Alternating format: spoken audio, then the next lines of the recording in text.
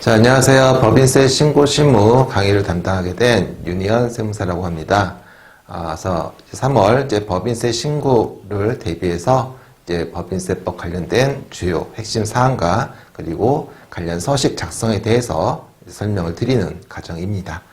자, 그렇게 해서 이제 핵심적인 내용 위주로 한번 진행을 해보도록 하겠습니다. 자, 우리 교재를 한번 보시면 이제 주요 주제에 대해서 살펴볼 수 있게 되어 있고요. 그리고 관련 사례 그리고 서식 작성이 있기 때문에 이제 그런 것들을 잘 이해를 하시면 3월달 법인세 신고를 함에 있어서 크게 어려움 없이 진행이 될 수 있을 거라고 생각이 듭니다. 자, 그러면 이제 4페이지부터 한번 진행을 좀 해보도록 하겠습니다. 자, 법인세 총론이고요. 기본적인 내용 간단하게 한번 살펴보도록 하시죠. 4페이지 보시면, 자, 이제 첫 번째 과세소득의 범위에 대해서 나와 있죠. 그래서 과세소득은 우리가 크게 네 가지가 있긴 하죠. 첫 번째는 이제 각 사업연도, 소득이 있고요. 이제 두 번째는 토지 등 양도소득이 있죠. 그 다음에 세 번째는 청산소득, 그 다음에 네 번째는 이제 미환료소득이 있습니다. 자, 우리 주된 포인트는 이제 각 사업연도 소득이 되겠죠. 그리고 이제 부동산, 이제 열거된 이제 부동산에 해당됐을 때 토지 등 양도 소득에 대한 법인세까지 생각을 해주시면 되겠고, 청산이라든지 미환료 소득은 우리 일반적으로 많이 발생하는 케이스는 아니기 때문에요. 그 참고로만 보시면 되겠습니다. 자, 그래서 우리 각 사업연도 소득을 보면 결국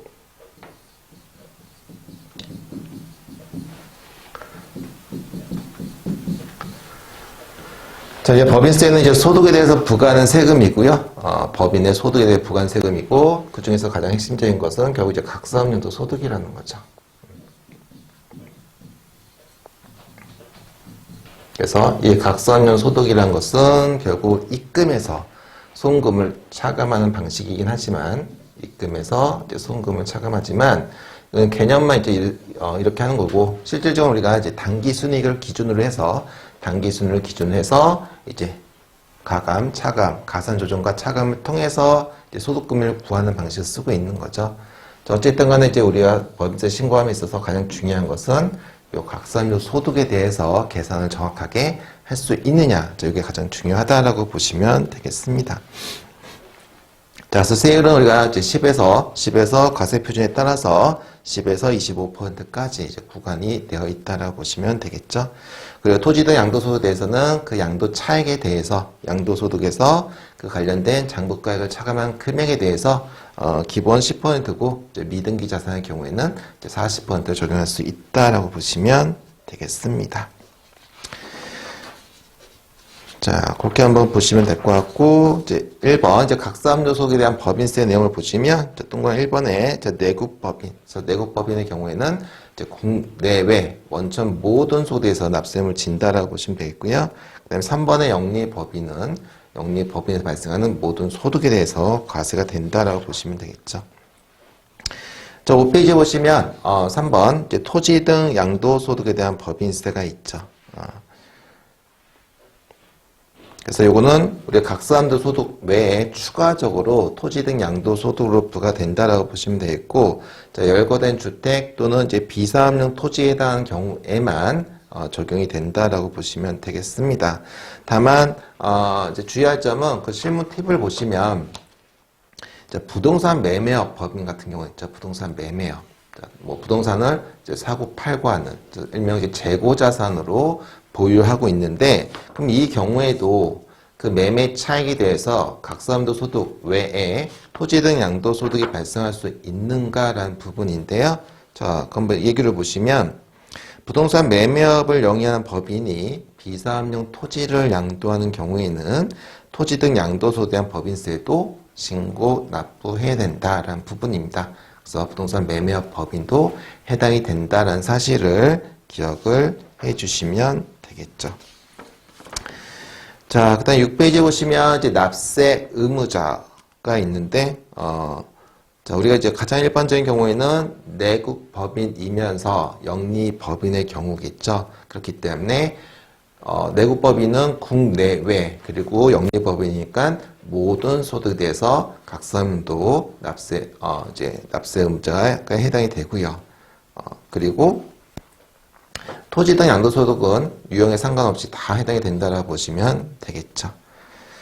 자, 그 다음에 이제 사업 연도와 관련해서는 뭐 가장 기본적인 거 의의만 한번 보시면, 자, 1회계 기간으로 한다. 그 1년을 초과할 수 없다고 되어 있죠.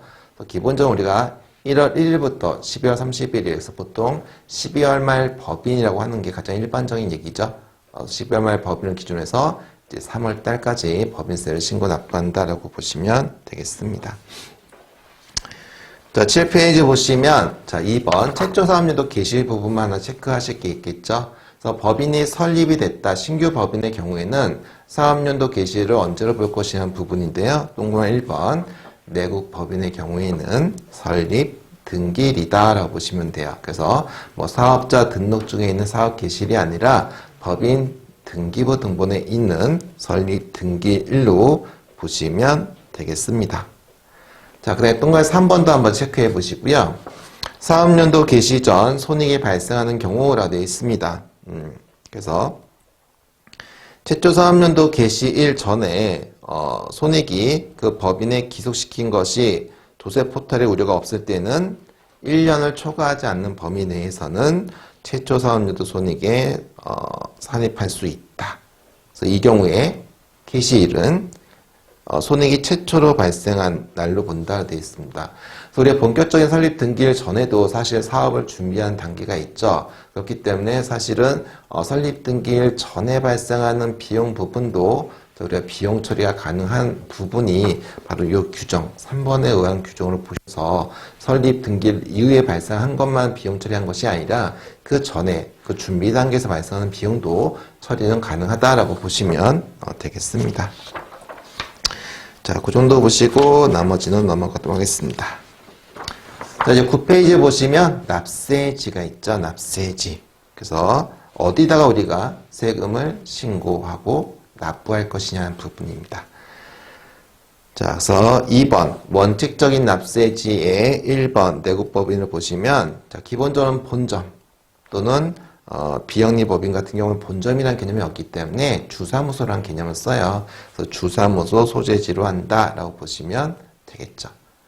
자, 우리가 본점과 지점이 있다. 그럼 우리 부가가치세법 같은 경우에는 참고로 사업장별 과세이기 때문에 본점과 지점이 각각이지만 법인세는 본점에서 법인세를 신고 및 납부를 해야 된다라고 보시면 되겠습니다.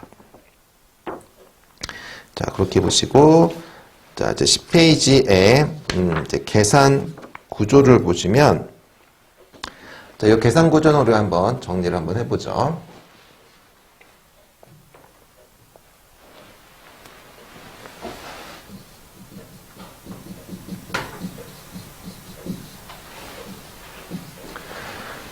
자, 이제 각서는 소득금액은 항상 당기순이익부터 시작을 하는 거죠. 그래서 결산서상 당기순이익을 기준으로 시작을 한다. 자, 그리고 자, 입금산입, 송금불산입이라는 이제 가산 조정에 해당되는 걸 더하고요. 그리고 차감 조정, 송금산입과 입금불산입을 차감해서 이제 차가감 소득금액이 계산이 되겠죠.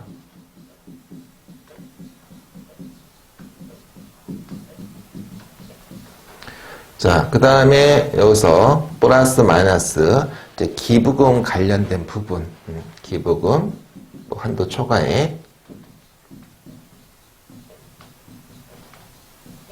그 다음에 기부금 한도 초과액에 대한 2월 송금 산입. 자, 그렇게 해서 나온 이제 최종 결과물이 각서함연도 소득 금액이다라고 보시면 되겠죠.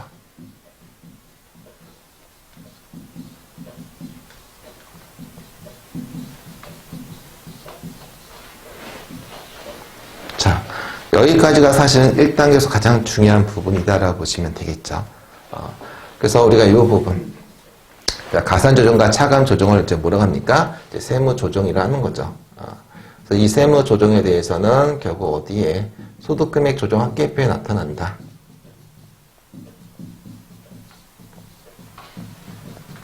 자, 소득금액 조정 합계표에 우리가 세무 조정 사항을 반영할 것이고요. 그 다음에 여기엔 또 뭐가 발생이 돼요? 소득 처분이 들어가겠죠.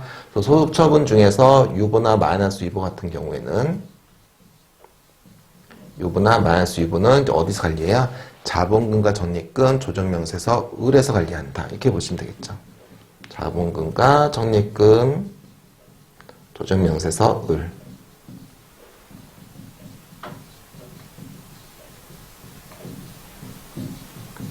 자, 이렇게 보시면 되겠죠. 자, 그래서 이제 하나 주의할 점은, 자,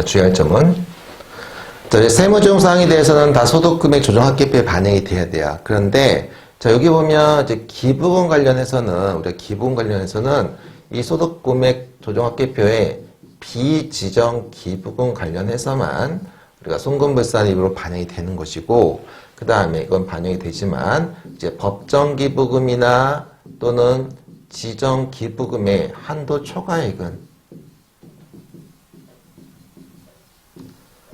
자, 우리 책을 보면 법정기부금과 지정기부금의 한도 초과액은 송금불산임 뭐 기타 사유를 취한다 이렇게 되어 있지만 그게 소득금액 조정 합계표에다 직접 반영하라는 얘기는 아니고 의미만 송금불산의 개념이기 때문에 이거는 바로 여기 어디에 반영돼야 돼요? 이 기부금 한도 초과액에 바로 반영이 되는 거죠. 그렇기 때문에 자, 그거를 이제 오해하신 분들이 있는데 법정기부금 한도 초과액과 지정기부금 한도 초과액은 세무조정사항이 아니다. 소득금액 조정합계표에 반영될 것이 아니라 바로 요 과세표준 세액조정계산서에 직접적으로 반영이 되어야 된다라고 생각을 해 주시면 되겠고, 이제 비지정 기부금에 한해서만 바로 세무조정사항으로서 소득금액 조정합계표에 반영되고요. 뭐 한 단계 더 얘기한다면 이제 뭐 기속시기, 기부금의 기속시기에 따른 세무조정사항까지도 소득금액 조정합계표에 반영은 될 수 있다. 이렇게 보시면 될 것 같습니다. 자, 이렇게 보시고, 그 다음,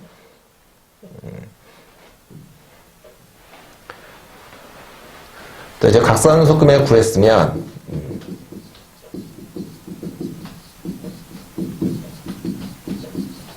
자, 우리 세 가지를 차감하도록 되어 있죠. 2월 교수성금, 비과세소득, 소득공제. 그래서 2월 교수성금.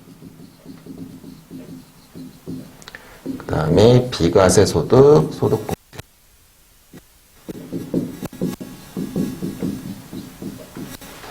자, 그래서 과세 표준이 된다. 자, 그래서 일반적인 경우에 뭐 비과세나 소득공제는 뭐 거의 이렇게 일어날 일은 별로 없을 것 같고, 결국 이제 2월 결손금에 대한 부분만 잘 관리를 해주시면 되겠고, 2월 결손금은 어디서 관리가 돼요? 자본금과 적립금, 조정명세서, 갑에서 관리가 되죠.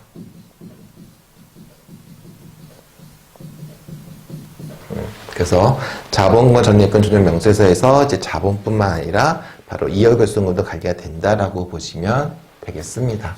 자, 그래서 이 부분 정리를 좀 해주시면 되겠고, 자, 이제 과세 표준을 구했으면, 자, 여기다 이제 세율을 적용하겠죠. 세율을 적용해서 이제 산출세액이 나온다라고 보시면 되겠습니다. 자, 세율은 기본적으로 2억까지, 그 다음에 200억까지, 그 다음에 3천억 기준으로 해서 과세 표준이 2억 원까지는 얼마고 10%고 2억을 초과 200억까지는 20%고 200억 초과 3천억까지는 22%, 3천억 초과에 대해서는 25% 이렇게 적용이 된다라고 보시면 되겠습니다. 물론 일반적인 경우에는 이 정도 2억까지는 10%, 200억까지는 20%, 그 정도가 가장 일반적으로 발생하는 케이스겠죠. 일반적인 경우에는. 자, 그렇게 해서 이제 산출세액을 계산을 해주시면 되는 거죠. 자, 이렇게 계산해 주시고. 자, 그 다음에 산출세액에서 다시 시작을 해보면, 조세특례 제한법에 의한, 최저한세가 적용되는, 최저한세 적용, 세액공제, 세액감면. 이 나오면 이제 이게 최저한세가 되는 거죠.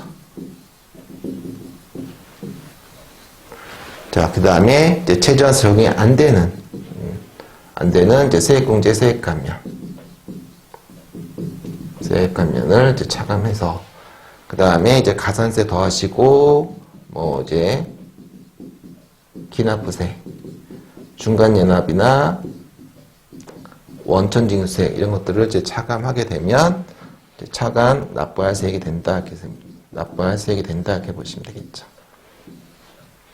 자, 여기서 중요한 거는 이제 뭐예요? 조세특례 제한법에 의한 세액공제 세액감면. 그래서 가장 일반적인 뭐 중소기업 특별세액감면, 창업 중소기업 세액감면, 연구인력개발비 세액공제, 그리고 요즘에 고용중대 세액공제 이런 것들이, 그다음에 사회보험료 세액공제, 뭐 그 정도가 가장 이제 일반적으로 일어날 수 있는 케이스고, 특히 이제 고용중대 세액공제 관련해서는 인원이 증가했을 땐 세액공제 받지만 인원이 감소가 되면 또 다시 추가로 납부세액이 발생하지만 이 부분이 또 2020년도에 이제 코로나로 인해서 너무나 경기가 안 좋았기 때문에 이제 인원이 감소하더라도 뭐 세액공제를 추징하지 않는다 이제 이런 부분이 나와 있기 때문에 그런 것들도 나중에 한번 확인을 좀 해보면 되겠죠. 그렇기 때문에 이 세액공제 세액감면에 대한 기본 요건을 정확하게 이해하시는 게 가장 중요할 거고요. 자, 그 다음에 이제 가산세 관련해서는 뭐 우리가 이제 20억 이상 법인들은 지출증명서를 합계표를 작성해야 되기 때문에 이제 그런 것들. 그래서 이제 증빙과 관련된 가산세라든지 뭐 지급명세서 관련된 가산세, 특히 이제 주식 변동 이런 것들에 대한 명확하게 주식 변동 관련된 부분이 발생했을 때 그걸 제대로 반영하지 않으면 또 가산세가 발생할 수 있는 부분이 있죠. 뭐 그런 것들을 위주로 좀 체크를 해주시면 되겠습니다. 자, 그 다음에 기납부세액에서는 이제 우리가 중간 연합하고 그 다음에 이자 배당에 대한 원천징수세액 부분, 그래서 원천징수세액을 반영을 해주시면 되는 거죠. 그럼 나중에 이제 최종 납부할 세액이 계산이 된다 이렇게 보시면 되겠습니다. 자, 그래서 이 정도가 이제 우리가 전반적인 계산 구조에 대해서 한번 쭉 간략하게 살펴봤습니다. 자, 그래서 10페이지에 보시면, 자, 그런 얘기들을 한번 보죠. 단기 순이율 기준으로 해서 이제 가산 조정과 이제 차감 조정이 있죠. 그래서 소득금액 조정 합계표에 반영이 된다라고 말씀드렸고, 특히 소득금액 조정 합계표의 소득 처분 중에서 유보와 마이너스 유보는 사후관리가 이루어져야 되잖아요. 그렇기 때문에 자본금과 적립금, 조정명세서, 의뢰서 관리하기 때문에 그걸 항상 꼭 체크를 하셔야 되겠죠. 과연 요번 신고할 때는 사후관리에 의해서 이 반대 조정이 일어날 수 있는 건들이 어떤 건지를 미리 예측을 하시고 판단해 주셔야 되겠죠. 자, 그렇게 해서 차가간 소득금이 나왔고요. 이제 기부금 관련된 부분이 있다면 한도 초과액, 그 다음에 송금 산입 부분, 그 다음에 이월결손금은 자본금 적립금 조정면서 갑에서 관리한다라고 되어 있고요. 그 다음에 세율 부분 체크해 드렸습니다. 자, 그 다음에 이제 최저한세 관련된 부분, 적용 여부에 따른 부분. 그래서 우리 최저한세도 항상 좀 주의하실 게, 특히 고용중대세액공제를 적용받는 경우에는 최저한세에 대한 부분이 체크가 될 수 있기 때문에 일반적인 뭐 연구인력개발비 세액공제나 뭐 중소기업 특별세액감을 봤을 때는 뭐 최저한세 부분을 검토 부분이 이제 중요성이 떨어질 수 있지만 고용중대세액공제의 경우에는 최저한세 적용 대상이기 때문에 그 부분을 좀 적용할 때는 눈여겨 보실 필요가 있습니다. 그래서 반드시 최저한세 조정 계산서에 들어가셔서 한번 검토를 해보셔야 돼요. 자, 그 다음에 가산세, 중간예나 원천납부세액 이런 거 해서 차관 납부할 세액을 구한다라고 보시면 되겠습니다. 자, 그래서 첫 번째 시간은 이제 법인세 전반에 대한 기본적인 말씀 좀 드렸고요. 그 다음에 계산 구조에 대해서 한번 큰 개요를 좀 살펴봤습니다. 자, 이번 시간에 여기서 마치도록 하겠습니다. 수고하셨습니다.